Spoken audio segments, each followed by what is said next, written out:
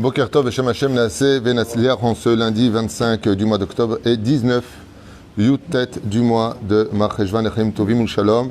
Shur acheté aujourd'hui par Liliane Aidan, ou Aidan si je prononce bien, pour l'Askara de son papa David Ben Mordechai. Shayom Yom Kudator ou Hashem Tenachenu Began Aiden Elion Vechol Shorvim Imo ou Bichlalam et Hashem Atov Georges Lometzimcha Alice. On sera toute l'introliste, Bezrat Hashem, mais aussi la Isha Tznoa Vakdosha Vateora, Shoshana Tuitu Batalea, Alea Shalom, Shaered Yom Kudata, Ruach Hashem Tenachena Began Aiden Elion, Bezrat Hashem, Georges Elio Ben Simcha Ali, Julo Yom Tov Ben Yasmin Yadam, Mordechai Ben David Atia, Gérard Zulik, Eli Elman Ben Mazal, Haïm, Aaron Yosef Ben, Esther Yosef Ben Rachel, Ugat Shira Bativon, Myriam Bat Simcha Zerbi, Michel Simcha Bat Esther, David Eli Baruch Ben Marcel, Alava Shalom. Sarah Bat Hanina, Dada, Mesauda Bat Esther, Sasson Bat Esther Alevi, Amran Ben Yaakov, Martine Rosine Saada, Bechen Gilbert Victor Chaim Ben Lala, ou l'élève Alfa Avdalim. Donc de bonnes nouvelles, Be'ezrat Hashem, pour tous les malades d'Israël, Bichlalam, et à Yalda, Neima, Bahashuva, Haya Ruchama Esther, Bat Rivkal, Mishpachat Ben Simon, Moratimi, Vian Bat Esther, Sarat Al Bat Prat Miriam, Meir Ben Rivka, Fitoussi, Yana Ben Esther, René Machluf Ben Sarash, Baruch Ben Rutzufan, Meir Ben Rutzufan, Shoshana Bat Mesauda, Nathan Yosef Ben Yehudit, Nissim Bet Simcha. Sabah, Shmaya, Shlomo Ben Johanna, Yona Chana, Bernard Mimoun Ben Jeanne Hana Ben Hamoud, Tamar Bat Rachel Ovadja, j'espère qu'elle va beaucoup mieux. On pensera en même temps à tous nos amis, Ubichlalam, Hashem Atov, Michael Tayeb Ben Yaakov et Rivka, qui va être dans l'opération, donc Fouach Lema Achama Meira, Yosef Tayeb aussi, qu'on a vu hier. Bechol, Chol Israël, et tout ce que j'ai oublié, il y a aussi un malade qu'on ne peut plus ignorer, il faudrait peut-être lancer une chaîne de Teilim, tous ensemble, pour l'euro. L'euro, il est malade l'euro en ce moment. Oui, l'euro, il est malade. 3,72, il est malade. Vraiment qu'il aille mieux. Hein? On parle souvent des uns et des autres, il faudrait peut-être penser à l'euro parce que ça fait des années qu'il va très mal l'euro. Vous ne vous rendez pas compte le nombre de personnes qui vivent à peine avec 900 euros par mois en Israël, 1000 euros par mois, et qui prenaient à les bases, 4200 shekels, ça leur payait un peu le loyer aujourd'hui. Ça a touché la baisse de l'euro énormément de francophones qui vivent ici et qui sont dépendants de l'euro, et même des patrons qui... c'est vraiment un grand coup, mais comme a dit... Hein, chaque 1000 euros, on perd 1000 shekels. Beaucoup plus. Les marloquettes. On réglerait ça entre vous, on s'en fiche. C'était juste comme ça pour mettre... et de palais les boréolam. Il y a deux solutions. Ou il laisse l'euro comme ça, il nous envoie plus. Ou il laisse qu'il nous envoie, mais il remonte l'euro. Bezrat Hashem, parce que ça touche vraiment... Moi, j'en parle en plaisantant, mais c'est loin d'être une plaisanterie. Il y a beaucoup de gens vraiment qui sont touchés à un très haut degré par ce domaine-là. Il y a même des personnes à la retraite qui n'arrivent même pas à joindre les deux bouts, quoi. Ça devient compliqué. Mais Dieu est là. Et il fera toujours ce qu'il faut, Be'ezrat Hashem. Et aussi une autre chose avant de commencer ce shiur que je voulais vous dire. Une fois de plus, tous les ans, nos chers cousins ont pris donc un cours que j'ai fait il y a 8 ans. Attendez un instant, je pense que... Voilà. Un cours que j'ai fait il y a 8 ans, où le slogan, donc ils ont mis ça, et tous les ans ils font ça, bien entendu, pour relancer la haine du juif. Voilà, je sais pas si on le voit ici clairement, ils mettent ça sur tous les réseaux sociaux, ils l'ont mis sur 94 000 réseaux sociaux, et ça se répète tous les ans, où dans un cours, il y a 8 ans de cela, où, avec des références de la Torah, je rappelle qu'ici, on n'est pas chez les curés, ni chez les imams, ni chez les bouddhistes. On est chez le Rav Tuitou, je suis Rav, juif, fier de l'être, et heureux de mes références toraniques. Et là-bas, j'avais expliqué, par rapport à la Shoah, par rapport à tout ce qui s'est passé, par rapport à l'antisémitisme qui grandissait en Europe, un contexte qui a été vu donc par plein de gens qui disent, mais c'est encore une fois un trafic, où il a marqué, vous allez le payer très cher, vous les Européens, il y aura un holocauste pour vous aussi, la de Lavo, il y aura pas de train qui vous emmènera au four crématoire, ce sera sur place, patati patata. Aujourd'hui, c'est exactement ce qui est en train de se préparer en Europe. Donc il y a quand même 8 ans de ce shiur, et qu'est-ce qu'ils ont fait eux? Ils ont pris juste cette phrase-là qui est complètement sortie d'un contexte, où j'expliquais que l'Europe était réellement en danger, et que si l'Europe ne faisait pas teshuva sur le mal qu'ils avaient fait aux Juifs, de nous avoir vendus, de nous avoir patati patata, c'est marqué dans les prophètes, c'est pas de moi, donc à la limite aller au kotel, que Akadosh Baruch Hu fera payer ma mâche au centuple. Et où est-ce qu'on trouve le mot égorgé? C'est marqué dans la Torah Parashat Vayechi, dans la Bible, que Esav perd la tête, il lui coupe la tête. Kib Chushim Beddan, Chushim c'est du mot Mashiach. À la fin des temps, il y aura ceci et cela. Voilà ce que j'explique dans le cours. Eux, qu'est-ce qu'ils ont fait? Ils ont pris juste cette phrase-là, et ils ont fait un slogan, regardez les Juifs. Alors, il y a un très grand compliment par contre qui m'est fait, comme quoi que de la bouche des pourritures sort toujours un compliment, comme on l'a vu avec Aman. Comme par exemple, sale juif retourne dans ton pays. C'est pas une insulte, c'est un compliment. C'est marqué tout celui qui va en route terrestre, Kilo Vedavodazara, donc quelque chose de sale, retourne dans ton pays. c'est du sionisme. Et là, Baruch Hashem, dans cette... il y a quelque chose de magnifique qui est marqué, qui m'a beaucoup touché la première fois que j'ai vu, parce que c'est vraiment... Tu connais ce slogan-là? Alors voilà, ils adorent faire ça. C'est des spécialistes de ça. Prendre une phrase, sortir d'un contexte et de dire, voilà, la pub. Et là, il y a un compliment bas qui m'est fait. Donc, merci beaucoup, chers cousins musulmans ou chrétiens qui avaient pris pour essayer de créer de l'antisémitisme. Rabbin français. D'abord, je suis israélien depuis 37 ans. Dans le cas où vous voulez me connaître. Orthodoxe sioniste. Et là, par contre, Toda Rabba, parce que c'est exactement ce que je suis. Un orthodoxe qui aime la Torah et sioniste dans l'âme. Baruch Hashem, c'est notre terre. Donné par Dieu lui-même, Abraham, Yitzhak et Yaakov, et Baruch Hashem, on est très heureux de l'être et de le vivre. Voilà. Juste je fais cette parenthèse avant de commencer le shiur sur le Zera Shimshon, parce qu'il y a beaucoup de personnes qui sont un peu faibles d'esprit, et au lieu de dire, tiens, c'est intéressant, si le Rav Tutu a dit ça, comment l'a pu... Et les gens, qu'est-ce qu'ils font quand ils voient ce genre de slogan? Ils disent, comme, tu vois, quand même, regarde, pourquoi il fait ça, pourquoi? Au lieu de poser des questions, hier, il y a une femme merveilleuse qui m'a... écrit un message, elle m'a dit, écoutez, je vous appelle pour vous dire que j'ai vu votre cours, et ils ont complètement... J'étais un peu choqué, parce que c'est vrai que c'est choquant, mais j'ai dit non, je ne vais pas tomber dans le piège, je vais aller voir le cours. Et elle m'a dit, vous avez fait un cours magnifique, très, très référencé, qui explique exactement ce que la Torah a prédit pour la fin des temps. Et la réponse est qui vivra verra. C'est vrai que dans l'islam, il y a marqué que à la fin, ils rempliront le monde, il n'y aura que des islamistes sur terre. Et pourtant, personne n'a bougé un doigt, parce qu'ils tremblent, tout le monde a peur de que l'islam elle dit un mot. Moi, ce que je veux dire, quand il y avait les croisades à l'époque, ou à l'époque d'Hitler, au nom de JC, on va tuer tout le monde, comme écrit dans Mein Kampf, ok, il faut tuer le juif parce qu'ils ont tué machin truc chouette, personne n'a bougé une oreille, au contraire, tout le monde a dit bravo. Et quand un juif explique des choses référencées, t'as tout le monde qui dit, ah, t'as vu ce qu'il fait, Ça suffit avec le côté un petit peu chnanin.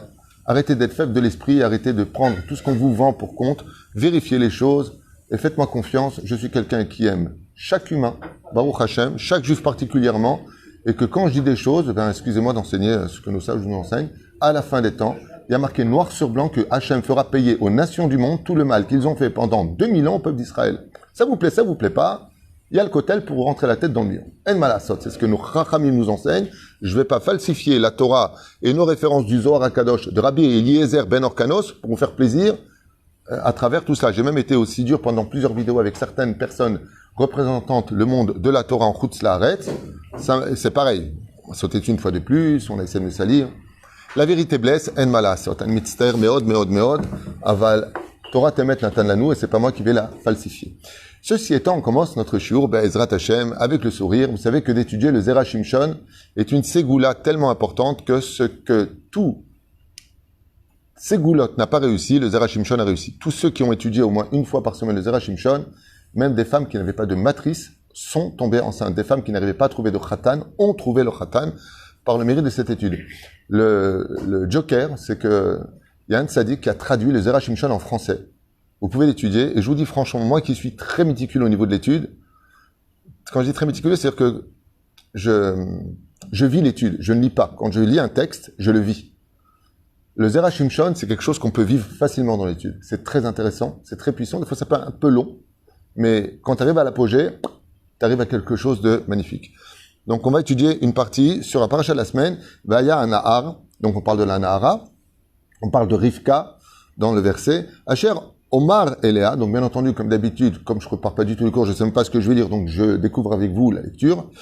Bemashu Omer, et là, Atina Kader ve'eshte, ve'amra shete ve'gam gemalecha ashke, ota, ocharta le'avdecha le'yitzrak. Donc, vous savez que Eliezer, sujet très connu, puisque la paracha, elle va se répéter en deux temps. Comment il a rencontré Rivka, après la mort de Sarah, et comment il raconte à Yitzhak et Abraham, comment il a rencontré Rivka. Donc, il y a une espèce de miroir. Et j'avais fait un cours sur ce sujet-là très puissant, mais extraordinaire. Pourquoi ce qu'on a lu là est répété là-bas? On dirait que... Parce qu'en réalité, l'histoire du couple, c'est un miroir. L'histoire du couple, c'est un miroir pour te dire que tout ce que tu as été avant le mariage continue de l'être après le mariage. C'est là? Il y a 5200 cours sur... ouais. Mais par contre, les Baruch Hashem, les cours sont diffusés sur Tedvav et City grâce à Meir Soufan, qui les diffuse, puisque c'est le hatar du Rav Twitou. Et vous pourrez les retrouver facilement sur... vous avez l'application Rav Twitou, vous avez Facebook Rav Twitou, vous avez YouTube, il y a Torah Traim, il y a Blainara, c'est partout. Et il y a beaucoup d'applications aussi que je ne connais et d'autres que je ne connais pas. Une personne qui m'a dit à New York qu'elle a une application et elle passe tous mes cours chez elle. Elle a 5000 abonnés qui regardent tous les jours à New York. Une application que je connais pas. Et comme ça, ce qui paraît, il y en a beaucoup. Donc, Annie Le Yoder. Celle qui peut peut-être te dire, c'est ou ma belle-sœur Naomi qui s'occupe de placer les cours, ou ma femme. Ma femme est une femme très assidue. Comme elle est un peu folle de moi, je pense qu'elle est son équipe. Attends, viens là. On humour tunisien manassé. Iksha Tzadik, Rabbi Shimshon Chaim Nachmani, Zecher Tzadik Vekadosh Ibracha, origine d'Italie. Il aimait bien les pâtes. Besifro Zera Shimshon. Pourquoi il s'appelle Zera Shimshon? Parce que malheureusement, il n'a pas eu d'enfant. Et comme il a eu un enfant, mais je crois qu'il est parti. Il est mort. Donc, il n'a pas eu le mérite d'avoir d'autres enfants. Il a écrit un livre. De là, vous apprendrez que quand on n'a pas réussi à avoir d'enfant, il faut écrire un livre. Et le livre, comment il l'a appelé? L'enfant de Shimshon. Zera, semence de Shimshon. Et il a promis que tout celui qui Bezrat Hashem étudiera son livre, il fera de lui son fils, et dans le ciel, il priera comme un père prie pour son fils. La seule différence, c'est que lui faisait partie des 36 sadikim. Ça vaut le coup. Sheratza Eliezer la da'at im Rivka achen reuya le Yitzhak, afin de savoir si Rivka était digne d'épouser Yitzhak. Alors la Torah n'hésite pas à nous donner des choses qui aujourd'hui ne sont pas acceptables dans la nouvelle mentalité débile de notre génération, alors que de tout temps ça existait. C'est-à-dire à l'époque de nos parents, ça existait. C'est ce qu'on appelle le rang social. Vous connaissez ça? De tout temps, ça existait. De tout temps, depuis le début des temps, ça existait.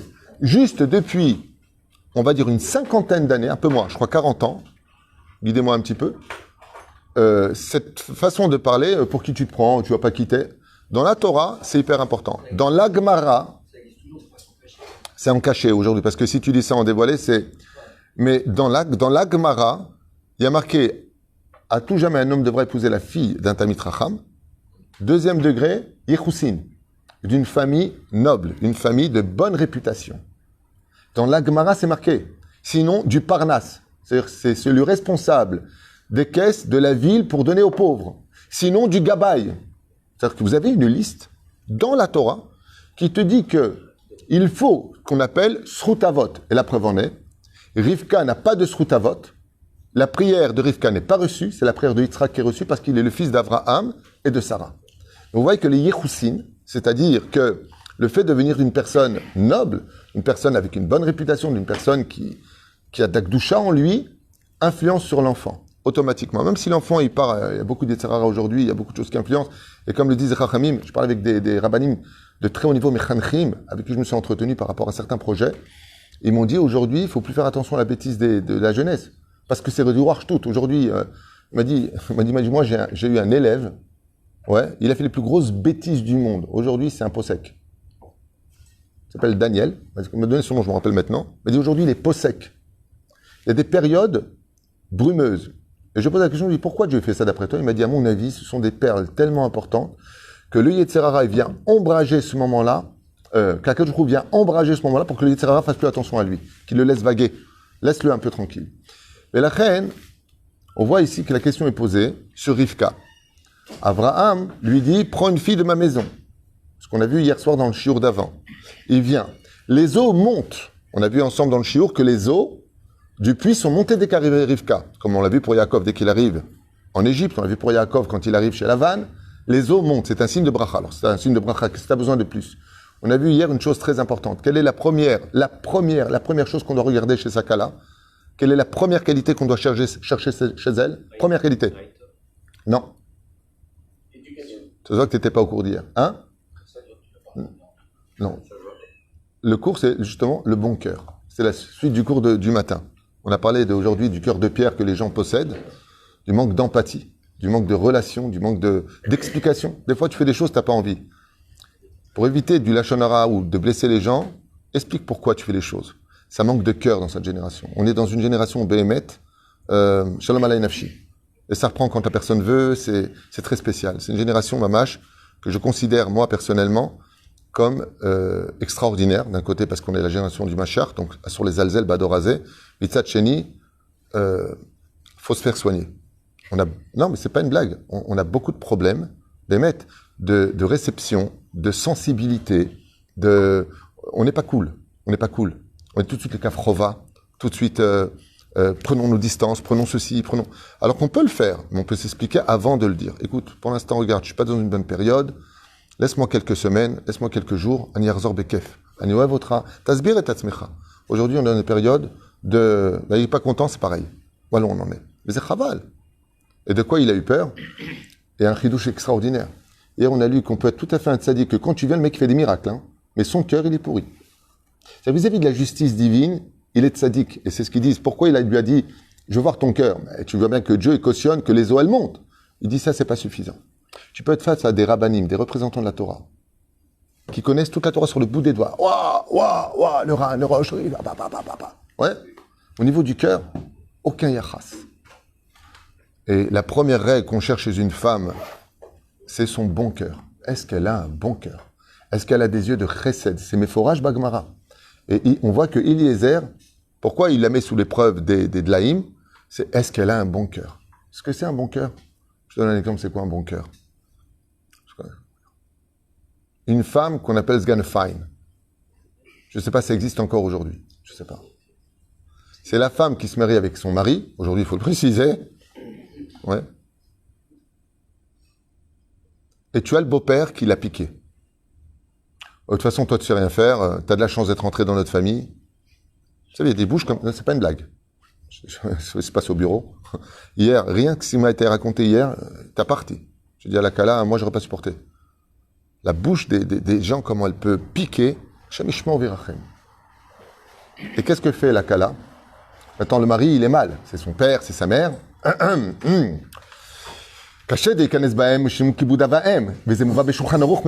propos de la Kala, qu'elle est plus assujettie à son mari par rapport au Kibboud Avaem que ses propres parents. Pourquoi? Parce que maintenant, elle est Tachat Chasut Baala.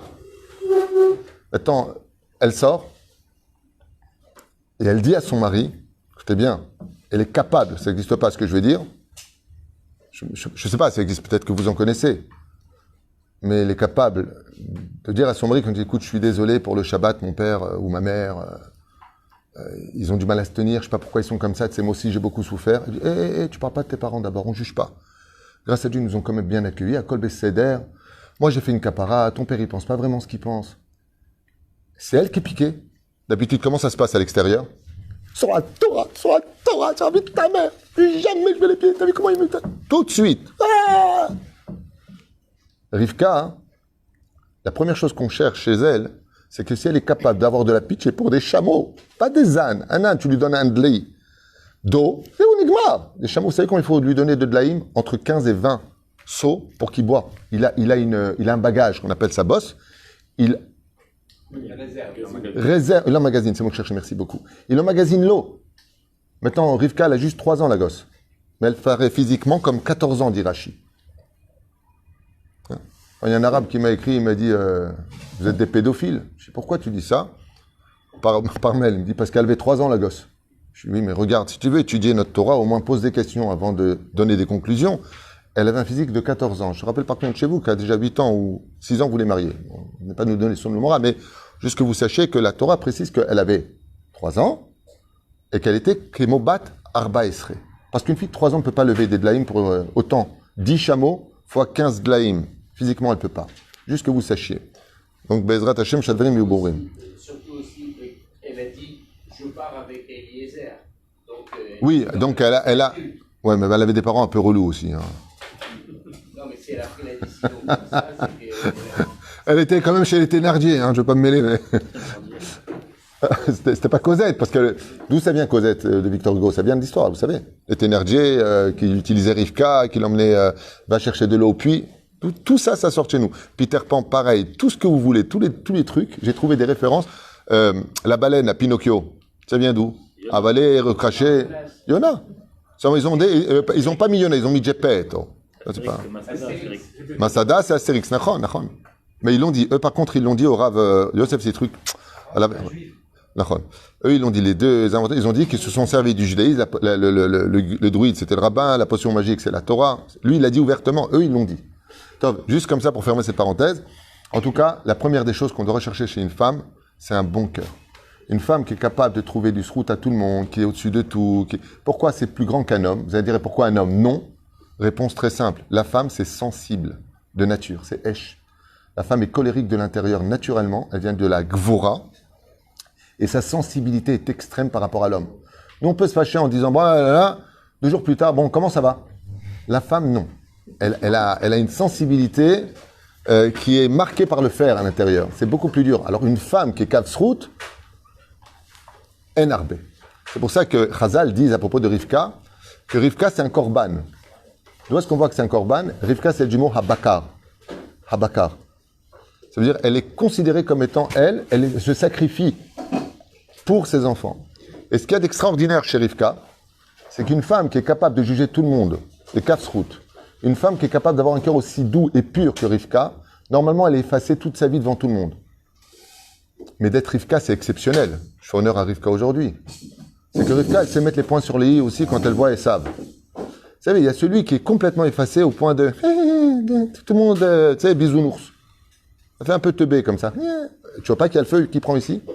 La Torah nous apprend qui est Rivka. Rivka, non seulement elle est effacée, non seulement elle est pure, non seulement elle se voile, alors carrément avec le voile sur le visage, mamash, mirot tsniuta, mais elle a aussi les pieds sur terre. Elle voit Yitzhak, Beroach HaKodesh, elle a vu que Esav viendrait de son mari. Elle a dit, je ne veux pas me marier avec lui. Elle est tombée du gamal. Vati Paul Mina Gamal. Mazot Meret Vati Paul Mina Gamal. Elle est tombée. Elle a dit, oh, c'est qui celui-là? Moi, je veux pas d'enfant rachat. Maintenant, va naître Esav. Elle va dégager Esav et dire à Yaakov, hé, toi, prends tes trucs et vas-y, prends la bracha, parce que ton avenir est en danger. C'est-à-dire que c'est quelque chose d'unique. Vraiment, on peut parler de la femme parfaite dans l'absolu, à l'image de Sarah, jusqu'à sa mort. Mais oui, elle voudra pas que Esav vienne, elle va se faire enterrer en catimini. Mais regarde Sarah. Sarah, c'est sa déquête, Fatmar et la totale. Mais quand elle voit Ishmaël, dégage-moi Ishmaël et sa mère, s'il te plaît. C'est-à-dire qu'elle sait mettre les points sur les i. Et d'être quelqu'un d'extrêmement humble, d'extrêmement effacé, toujours les kafsrout, d'aimer tout le monde, mais en même temps de faire la distinction que des fois dans la vie, il faut mettre des limites, c'est rarissime. C'est quelque chose, mais mec, qu'on ne comprend pas et qu'on ne connaît pas. Souvent, tu dis des gens, bah, lui, il est bisounours. Tu sais, il est toujours sur son... il voit pas qu'il est en train de se faire arnaquer. On lui vole de l'argent devant lui. Et il dit, non, je crois que c'était sa poche. Mais tu vois bien qu'il vole ta poche, non? Tu vois bien? Et les gens, ils sont bisounours.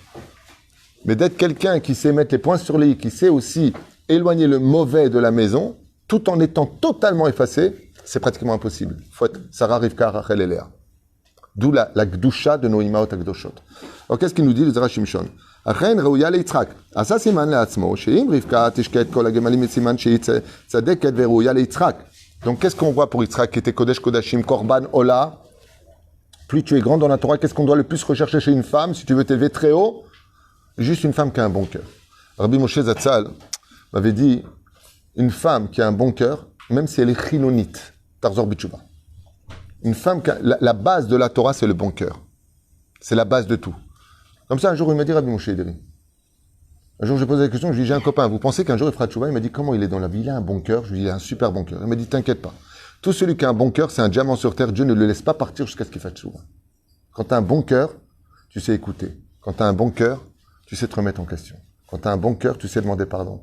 Et pourquoi c'est si important, comme disait Manitou à la vache à l'homme? Faire teshuva, c'est d'accepter, de reconnaître qu'on s'est trompé toute sa vie. Il n'y a que celui qui a un bon cœur et qui cherche la vérité qui peut y arriver. Le reste, il devient philosophe. Pas comme toi, t'es tzaddik. C'est philosophe, il dit, moi j'ai fait teshuva. Et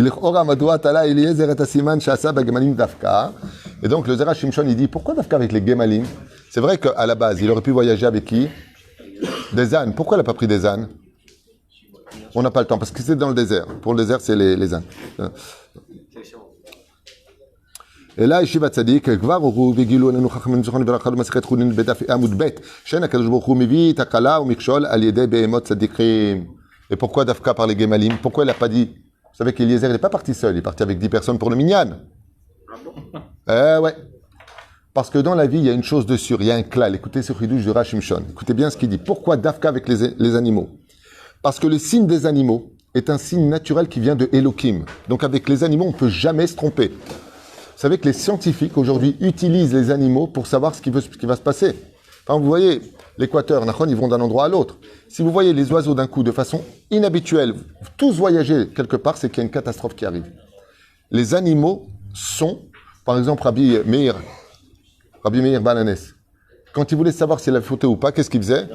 Il allait dans la forêt parmi les animaux. S'il était attaqué par un animal, c'est qu'ils avaient vu un animal. Donc, ils savaient qu'il avait une faute. C'est ce qu'il va expliquer ici. Dans Masechet Choulin, on nous dit comme ça, quand un animal il appartient à un tzaddik, il n'y a jamais d'erreur. Pas n'importe quel animal. Il faut qu'il appartienne à un tzaddik. Comme on l'a vu avec le hamor de Rabbi Pinchas ben Yair, qui ne mangeait pas tant que, comme on l'a dit Rabbi Yohanan ben Torta, l'animal qui appartenait au tzaddik, la vache, et qui a refusé de labourer pendant Shabbat.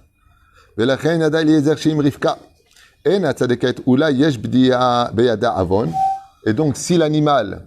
Donc, pour qui était l'épreuve? Regardez sur Chidouche du Zera Shimshon. Qu'est-ce qu'il attendait de cette histoire de verser de l'eau pour les animaux? Je vous le dis pour que vous compreniez le Chidouche, que vous avez peut-être encore jamais appris grâce au Zera Shimshon, c'est que l'épreuve, c'était pas qu'elle donne des dlaïm, ça c'est sûr que c'est le pshat. Il voulait voir si les animaux allaient accepter de boire ce qu'elle allait donner. Parce que si elle avait la moindre faute dans ses mains, les animaux du tzaddik n'auraient pas bu ce qu'elle a donné. Et si les animaux buvaient, ça veut dire qu'elle n'avait aucune avéra sur elle. Zaya Chidouche. Tout comme le hamor de Rabbi Pinchas ben Yair. Il n'a pas mangé pourquoi? Ils n'avaient pas prélevé le maaser. Il a dit, maintenant, tu peux donner à boire à mes animaux, c'est-à-dire l'examen. Tu vois, elle peut être sadéquette et les eaux qui montent. Pourquoi? Elle a plus de srout que d'averot. Mais le fait que les animaux qui appartenaient à Abraham, car tout ce qui appartient à l'esclave, au serviteur, appartient au maître, est accepté de boire, c'était le scanner qui allait prouver que Rivka n'avait aucune avéra sur elle. Aucune. Mima shetiten la em, sharek var la manu. Alors quelqu'un m'a dit, ouais, enfin, excuse-moi, mais à 3 ans, je vois pas ce qu'elle pouvait avoir comme avéra. Baba, regarde ce qu'il dit Rashi. Toutes les filles de son âge étaient vierges de devant. Comme ça dit Rashi, elles étaient toutes impures chez Lokedarka. Mashmamikan, que oui, à cette époque, les filles se donnaient comme des animaux. Comme ça dit Rashi, sur place. On a beaucoup étudié Rashi à Tête Vav ce Shabbat.